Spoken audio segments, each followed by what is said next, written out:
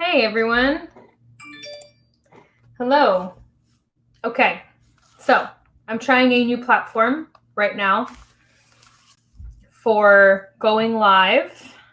So hopefully you can see me well and you can hear me well. There is a little comment. I can see your comments if you're on the actual Crowdcast site. I can see comments, so feel free to leave them. I don't think I can see them from Facebook though, which is interesting. So I'm going to wait and see if someone hops on, and I'll hop onto my own Facebook page and see if I can see people. Hey, everyone. All right. I'm just going to lower my volume and carry on. All right. So please feel free to tag, share. I'm going to start this weekly session. I decided to do like weekly Monday healing sessions, I guess is what I will call them, where I go live and I will sometimes read something that to me was really inspiring, or do meditation, EFT, which was really helpful. I heard from the last time that I did an event like this, I heard that it was really helpful. So I am going to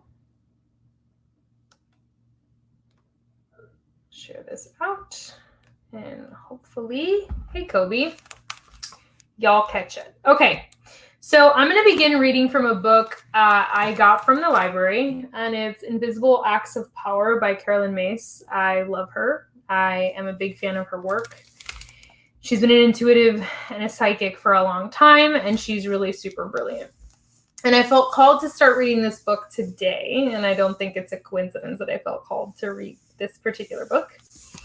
And the first chapter is called Grace, Intuition, and Power. And so I'm going to read a little bit from this, and then we can do a little bit of meditation and some tapping. All right.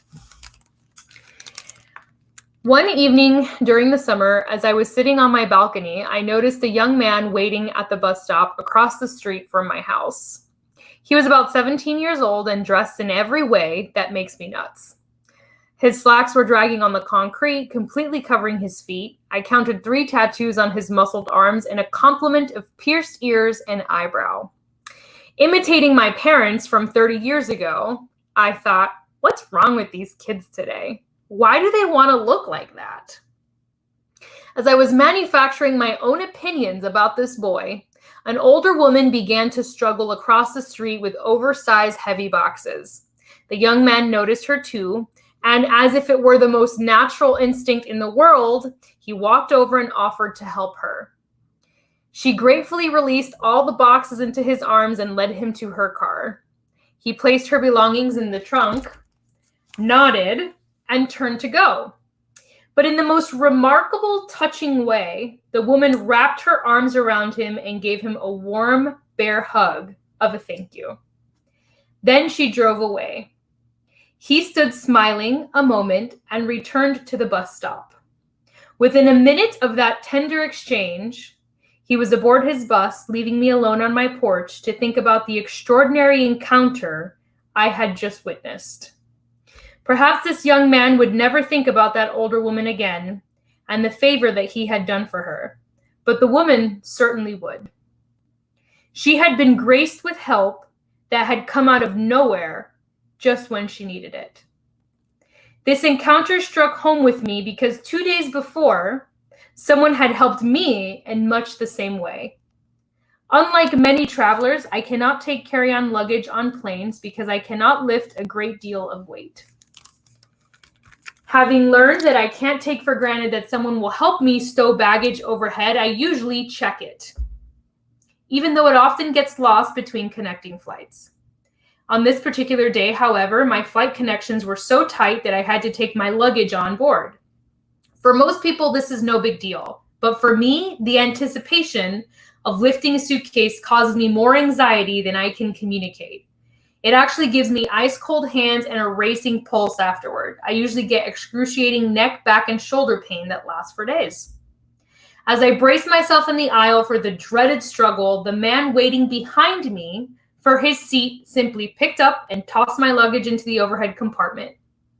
He had helped me without my asking, without even knowing how much I needed help. My eyes filled with tears. I was so grateful. I can still see his face, flushed with embarrassment, as I overreacted with my thanks. I spent much of that flight thinking how blessed I was by the man's kindness. I was also able to relax for the rest of the flight, knowing that he would repeat the favor by taking down my luggage when the plane landed. Because of his help, I would be able to lecture that evening without a sore, inflamed shoulder or back pain to distract me. Even though he would never know any of the reasons for my gratitude, I will always remember him. I'm going somewhere with this, y'all. Listen. In that encounter between the older woman with the boxes and the tattooed young man, I saw myself and my fellow passenger. I realized that what my anonymous friend had done for me was far more than the simple favor of placing my luggage in the overhead. He allowed me to keep my dignity and peace of mind and body. He had performed an invisible act of power and empowerment. I began to think about how little it takes to do a lot for someone else, and about the amazing long-range consequences of a single thoughtful act. As the ancient Hindu sages realized, the laws of cause and effect are universal, and the good and harm we do is eternal.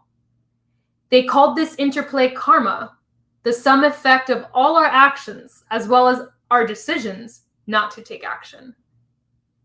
What really takes place inside you when you respond to someone in need? Why do some people jump out of their seats to help another person while others look the other way? No doubt some people have been taught to be kind, and others may be naturally thoughtful. But I think something greater than compassion or good manners is at work. Something beyond the motivation of the strong to help the weak or the wealthy to help the poor. I think it is the invisible power of grace moving between the open hearts of the giver and the receiver. The action itself, the lifting of a heavy piece of luggage or the drink of water offered to the thirsty man, may be small. But the energy that is channeled through that action is the high voltage current of grace. It contains the power to renew someone's faith in himself. It even has the power to save a life. These two experiences affected me profoundly. As a result, I decided to do a little project. I would put together a list of suggestions for my e-newsletter about how we all can be of service to others in our day-to-day lives. I also sent out a letter to subscribers on my website asking them to share their experiences of either being the receiver or the provider of some form of grace or assistance. I expected to see 100 letters or so, but within 6 days, I had received 1,200 letters from people all over the planet. Equally impressive was how many of them said how blessed they still felt by the experience. I've worked with people for 20 years and have heard thousands of amazing stories of overcoming personal pain and tragedy, so life never ceases to surprise me. But I was completely taken aback by the emotional content of these letters and the manner in which each person so beautifully told his or her story. People wrote about the powerful effect of hearing the right words at the right time, the comfort of a couch for the night, a hug that helped them keep going, the blessing of someone simply sitting with them, listening to them talk or cry. Many people wrote about their gratitude to someone who pitched in for them at work when they needed to be out caring for a family member. Others recalled the favors of friends who had taken over mundane chores and freed them to enjoy a reunion or other celebration. One woman wrote, "Few things meant as much to me as when 2 of my friends cleaned my house a few days before my wedding." Some said they felt divinely protected all over again as they recalled incidences when they were most desperate and food or money just appeared. One wrote, "After having a stranger show up at my door with rent money for me and my child 1 hour before my landlord confronted me with a demand to leave, I never needed proof again that I was being looked after by heaven. This person overheard my weeping at a table in a restaurant when I told my friend that I was desperate because I could no longer protect my daughter. This man, my good Samaritan, slipped a note to my friend asking her for my name and address. He showed up at my door that afternoon with $550. Because of him, my daughter was spared the trauma of homelessness, and I was spared the loss of my dignity as a mother. As I organized the huge volume of letters, I looked for 3 elements in each story: the crisis, the gift, and the consequence. I was particularly interested in the size, for lack of a better word, of the help or gift in relation to the size of the effect it created. It takes very little to make a profound difference in someone's life. Very little. What appeared to be a hot cup of tea brought to me while I was up late studying, wrote one man, became the evening ritual of a loving support from my wife. That cup of tea was her way of saying that she knew how difficult night school was, and it was okay with her that I no longer had time available for us. That changed, of course, once I graduated, but school could have been an experience of neglect and guilt instead of earning a law degree had it not been for her kindness. Whether making a cup of tea, cleaning an apartment, or sitting up all night with someone waiting for a medical diagnosis, every one of these experiences is an invisible act of power, a cleverly disguised means through which the vital energy of grace is channeled into someone's life. Hi, everyone. Hi. So I read that and I immediately started crying because I thought about the current situation that we're living in and how tense everything feels and how uncomfortable everything feels so often right now. And I thought about how powerful those really small moments are and how much more powerful those small acts of kindness could be right now. And so I just wanted to share the reminder that grace is an everyday experience and that it doesn't happen in large ways. It's often the small ways that grace shows up and moves you and others. It's small things, not big things. So I know sometimes when things of this nature are happening, we can feel powerless, but I want us to remember that we are not. That because we have the ability to create an experience of that nature and summon grace in those small, seemingly mundane moments, we are very powerful because of the impact that can have on ourselves and other people. So I wanted to speak to that and remind us of that. All right, I'm going to read some comments. And then, hi, Ashley. Hi, Anna. My post office story. Yes, so if you guys have not seen my post office story, I had a very eventful day at the post office today. And it was very distressing. It was not... I know it was really funny. Like in hindsight, when I wrote that, I thought it was real funny. But in the moment, it was not funny at all. I was like, oh my God, I need to go right now. Hi, Elaine. Hi, Willow. Hi, Jennifer. Hi, Patty. All right. So how are you guys doing? You guys want to drop me some comments and share with me a little bit about how is your energy? How are you doing? And then that will help me also really put a meditation together. Although I have an idea of where I want to go with the meditation, but just some feedback, energy feedback of where you guys are.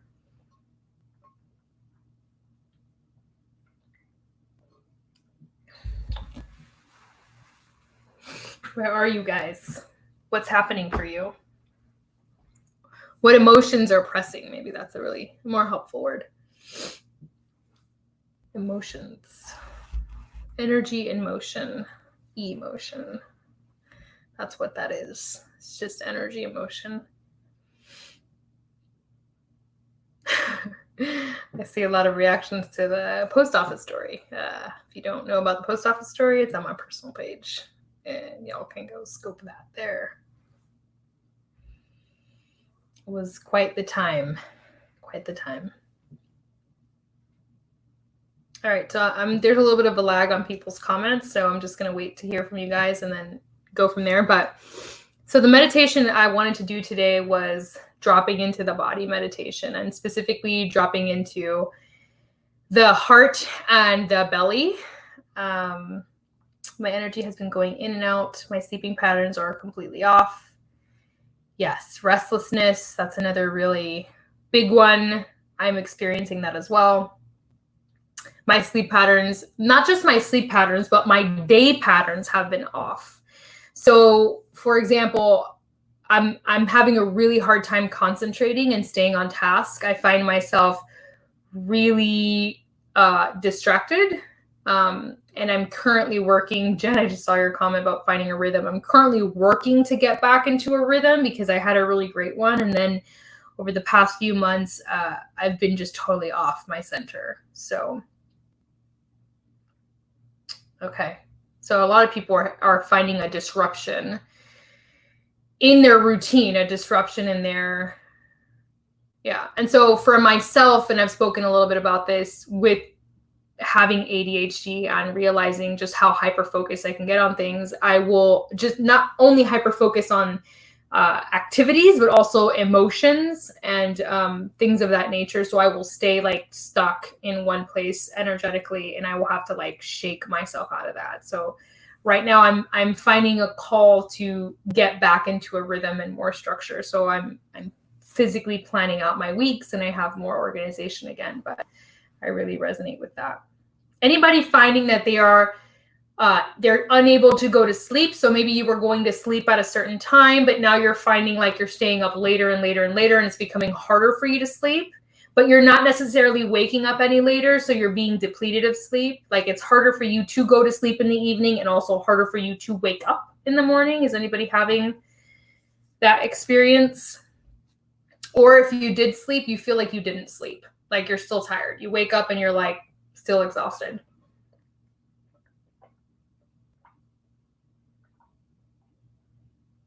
Okay. Every feather on the planet is ruffled right now, Kobe. Every feather there ever was. It's in a ruffled place right now. Patty, yes, definitely. Okay. All right. So here's what I want to invite you guys to do with this meditation. It's going to be a heart and abdomen contact. So you can't really see me on the screen. Let me see if I can lower it a little bit. So here and here, belly. So I'm going to stand up so you guys can see where my hand is, right on my belly and right on my chest. Okay. So we are going to anchor the energy in both of these places for the meditation. So here is where your hands are going to rest for the meditation. And why am I inviting us to do that? Well, there's a few reasons. One of them being right now, there's a lot of energy and communication and thoughts happening. And I mean, if you look at, I did my full moon video. If you haven't seen the full moon video, watch it. But the energy of the element of Gemini is very, very present, and it's communication. There's an excessive amount of communication though. Like the Sagittarian expansion energy is just like blowing up that Gemini element. So there's so much communication. There's so much information. And on top of that, it's like now there's swimming through the information because you don't even know what's true. You're being given a lot of information. Some of it is accurate. Most of it is not. And so your brain now has to use all of this energy to decipher what is true, what is not true. And that's exhausting. That's extremely exhausting. On top of the fact that a lot of the materials we're being shown are highly emotional and highly triggering for XYZ reason. So it's exhausting even more of your energy. Okay. So I, and many people I know, are finding themselves perpetually exhausted throughout their day. It's like they cannot get energy no matter what they do. That's where I'm at. And to be honest with you, if it wasn't for the fact that I use a pre-workout, I would not be able to work out. I would be so tired. Working out would be like the last thing I wanted to do in my day. But I heavily rely on that now. Before it used to be like, well, I could take or leave of the pre-workout. And now it's like, nah, I better take that because there's no way I'm going to be doing this workout otherwise. So I feel you. I am deep in the exhaustion myself. So the idea behind this meditation, and this is something you guys can do at any point in time, simply putting your hands on your body is actually a very grounding experience. Like it brings you into the body. It takes you out of the mind, brings you into the body, and allows you to just be with yourself. Okay, reminds you I am here, I am inside of here, and it grounds you. It's like an instant grounding technique. So I want us to come into our body and to really feel those energy centers, in particular, the energy of the heart, of unity, of love, of connectedness. I remember I had one Kundalini experience, and at the time that I had it, I didn't know what it was. I didn't know what Kundalini was at all. I was very young. But now I know what it was when I was in my early 20s. And it was this revelation where I really understood that God was love and that everything was love. Like I viscerally understood that in my body, and the energy just coursed through my entire body. And I was crying. And it was the most potent energetic experience I've ever had in a meditation. That was in my early 20s. And it came through the heart space. It came through that heart chakra. And I've never forgotten that experience. And anytime I find myself going into fear or, the what ifs or the anxiety, I make a point of coming back to that memory of that sensation that I had and the truth, the real truth of the all that is. So the meditation we're going to do shortly is going to be about that. It's going to be about coming into the body, recognizing that energy space, and also the abdomen, because the other thing that's happening right now, and so the digestive system is not just about physical digestion. It's about how we digest life as well. So I have currently been having very disruptive digestion when that's not common for me. And I'm sure that many of you will be able to nod your heads and say, yeah, me too. And that's because what's happening is we're having a hard time digesting life, digesting the things we are experiencing and living and seeing and processing. It's becoming hard. So that does affect your physical body when you're having an energetic disturbance in the force, so to speak. So I want us to come here into our digestion and our hands in our digestion, and to make way for digesting life and the experiences that we're having by way of heart, by way of understanding the ultimate truth of the all that is and of who we are and why we're here. And I want to bring those two things together. Okay. So this is not going to be a very lengthy meditation, but it's going to help us get into the body, and then we can do some tapping as well. And I'll ask you guys can go ahead and type if you want before we go into meditation, like what would you like to tap on, or what emotion in particular, and then I will borrow from the various things that you offer me, and I will do a little tapping pattern for that. Hi, Hannah. All right, so Patty's saying yes to the digestion conversation for sure. I'm sure I'm not the only one that's experiencing that. Okay, so let's go ahead and jump into this meditation. Go ahead and put your hands. Food is really important now. Yes. So thank you for saying that, Kobe. This is going to be a plug-in before we dive into the meditation, but I'm actually doing a 21-day food reset starting in July. Right at the beginning of the July, I just ordered my food reset kits, and I'm promoting that right now for the group because I want to make sure everybody has plenty of time to order and receive it. Our orders are backed up because we've had such an extensive amount of orders in the company, but I am offering that for that reason, because I'm seeing the connection between how we're eating and how we're processing. So the food reset that I'm running is for 3 weeks. It's 21 days, and it comes with a complete menu, like recipe book, shopping list. And it's basically, it phases you out into eating light meat, into eating plant-based, and a lot of greens, a lot of fruit, nourishing your body that way and giving you some specific steps along the way to help you with your gut health. But when I did it the first time, it was a very eye-opening experience. It really showed me how much food affected my mental states. And it's been way too long since I've done it again. So I decided I was going to do it personally. And then I decided to run a group for it. So if you want more information on that, I'm happy to talk to you about it. But thank you, Kobe, for bringing that up, because food is really important right now. And that's the main reason why I'm doing this. Okay. So let's jump right into that. So we're going to put hand over heart. Okay.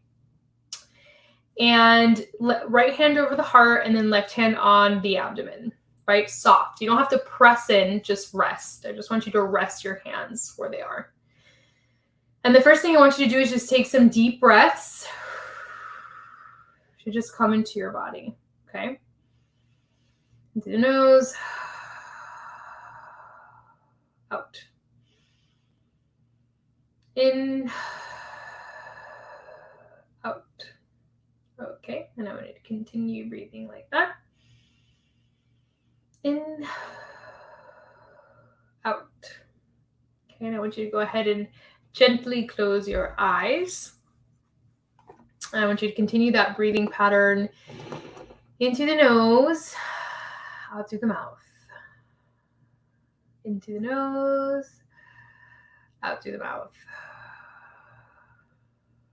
Into the nose, out through the mouth. To the nose, out through the mouth.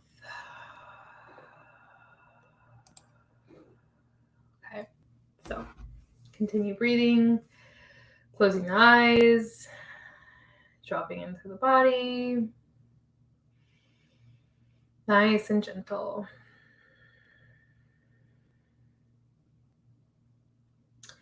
So as you're breathing in and out, you can slowly start to return to your natural breath. Whatever natural inhale and exhale feels organic for you, for your body. And I want you to start to notice and pay attention to the contact between your hands and your body. I want you to notice if you feel a warmth, tingling, a sinking in. Sometimes you'll feel there's a sensation of sinking in even if you're not applying pressure.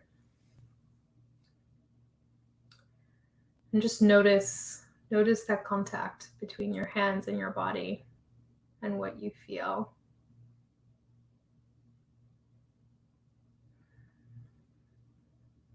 Also notice how your breath naturally slows down. How as your attention begins to focus on your physical body and the contact on your body, you are breathing differently than you were before.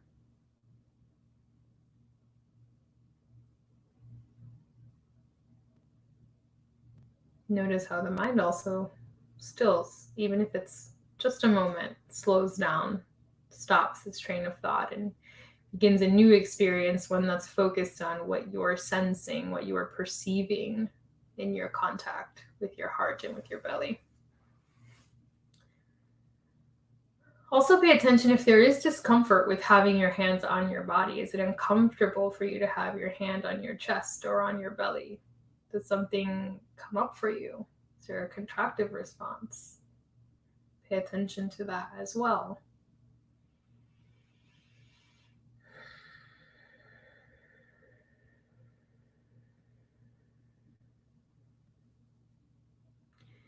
Now, while you're in this posture of embracing yourself in this way and holding your heart in your abdomen, I want you to think of one thing you're really, really grateful for right now. Just one thing. One could be a small thing, could be a big thing, just one thing that you're really grateful for. And I want you to actually feel that experience of gratitude in your heart. Physically feel that experience of gratitude in the heart.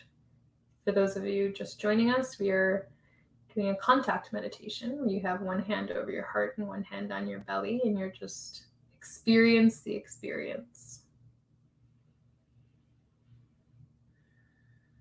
Right now we're thinking of one thing that we're really grateful for, and we're feeling the energy of that gratitude from our chest, feeling the energy of that gratitude from this heart space. What does that feel like? And just take notice of that.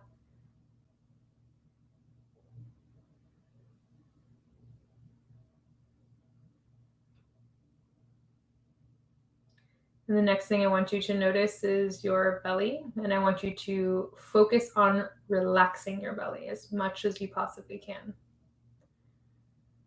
Letting the belly go. Just relaxing the belly, softening the belly. Breathing deep into the belly to relax it and just drop it. Let it go.